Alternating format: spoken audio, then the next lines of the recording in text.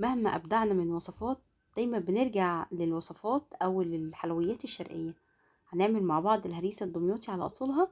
عايزة أقول لكم إن هي طعمها وتركاتها وخطواتها سهلة جدا وبسيطة، بدون حليب ولا حتى بيكنج باودر هتعملي أحلى هريسة دمياطي مرملة متماسكة جدا. طعمها حلو جدا، ريحتها خطيرة حتى وهي لسه بتتخبز في الفرن.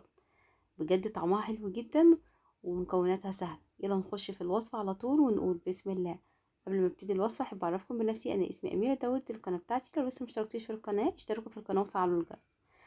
بحضر اول حاجة السيرب بتاعي كده في بولة او حلة صغيرة. ببتدي ان انا اجيب 3 كوبايات من السكر، كوبايتين من المية، عصرة ليمونة كاملة، وعديها على مصة كده ليمونة عشان لو في اي بذور. وبعد كده برفع السيرب على النار. اول ما يبتدي يغلي ما بقلبوش خالص. بعديها ب7 دقايق بالظبط بعدي 7 دقايق على نار متوسطة، وبعد كده بطفي عليه واسيبه يبرد تمام. بعد كده بخش على الهريسة بتاعتي على طول. بجيب معلقتين كبار من العسل الكلوكوز. الوصفة لازم مع عسل الكلوكوز. بضيف عليها ربع كوباية من المية السخنة، وبدوب عسل الكلوكوز خالص لحد لما يدوب تماما او هو يختفي خالص ويفك معايا بالشكل ده. بعد كده بجيب طبق كبير بقى عشان اعمل مع الهريسة. بحط فيه عسل الكلوكوز اللي انا دوبته، معاها كوبايه ونص من جوز الهند الخشن، كوبايه الا ربع من السكر.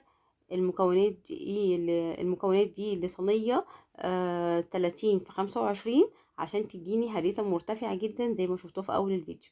وبعجن جوز الهند مع كوبايه الا ربع من السكر كويس جدا. بعد كده بضيف كيلو كامل من دي السمولينا بتاع البسبوسه اللي هو اللي بيبقى سايب، وافضل اعجن فيها كده بايدي لحد لما اخد حبه كده ما بين كف ايدي كده واتك عليها واضغط عليها، تبقى تكور معايا كده وما بتفكش معايا بسهوله. لو فكت معايا بسهوله بفضل ان انا افرك فيها تاني لحد لما اتاكد ان هي كل المكونات السايله بقت موجوده معايا في كل دي السيمولينا.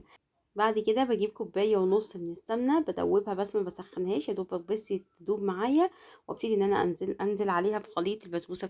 وبعد كده بقلب كل السمنة في الخليط بتاعي بالشكل ده، هتديني كده قوام يبقى عامل شبه الرملة المبلولة شوية، زي ما انتوا شايفين بتفرول كده معايا، مفيش اي مشكلة. وبعد كده بجيب الصينية بتاعتي بدهنها كويس مادة دهنية وبقلب الخليط بتاعي بالشكل ده. الخليط عندي مفرول زي ما انتوا شايفين، دي الخطوة اللي احنا محتاجينها.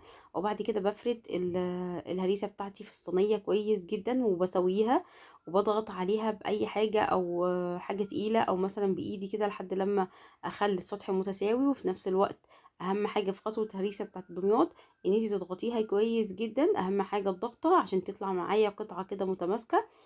وبعد كده بجيب المكسرات بتاعتي. المكسرات هي الهريسه الدمياطي الاصليه بتبقى بالبندق. انا جبت بندق على سوداني على المكسرات اللي موجوده عندي وجرشتها كده. ممكن عندك بقى في الكبة تضربيهم نص ضربة بس مش اكتر من كده عشان ما تبقاش ناعمة. وبعد كده بتضغطيها برضو فوق الهريسة كده بالشكل ده. اهم حاجة الضغطة في الهريسة الدمياطي، تضغطيها أو حتى لو بمعلقة كده تبتدي ان انت تضغطيها وتسويها في نفس الوقت. وبتدخليها على درجة حرارة 180، بتقعد معايا تقريبا كده من تلت ساعة لنص ساعة. لو انتي الفرن بتاعك كويس مش هتحتاجي ان انتي تولعي عليه الشواية. انا مولعتش عليه الشواية، انا عطيتها لحد لما اخدت لون من الجوانب ومن تحت ومن فوق زي ما انتوا شايفين كده. اول ما بتطلع وهي سخنه والسيرب بتاعي يكون بارد، ببتدي ان انا اسقي الهريسه وبشيل من السيرب بس ربع كوبايه بس من السيرب اللي انا عملته بالكميه اللي انا عملتها، واسيبها تبرد تاخد حراره المطبخ. وبعد كده ببتدي ان انا اقطعها. يعني لو انتي قطعتيها اول ما تطلع من الفرن هتبقى مفروله معاكي، تسيبيها.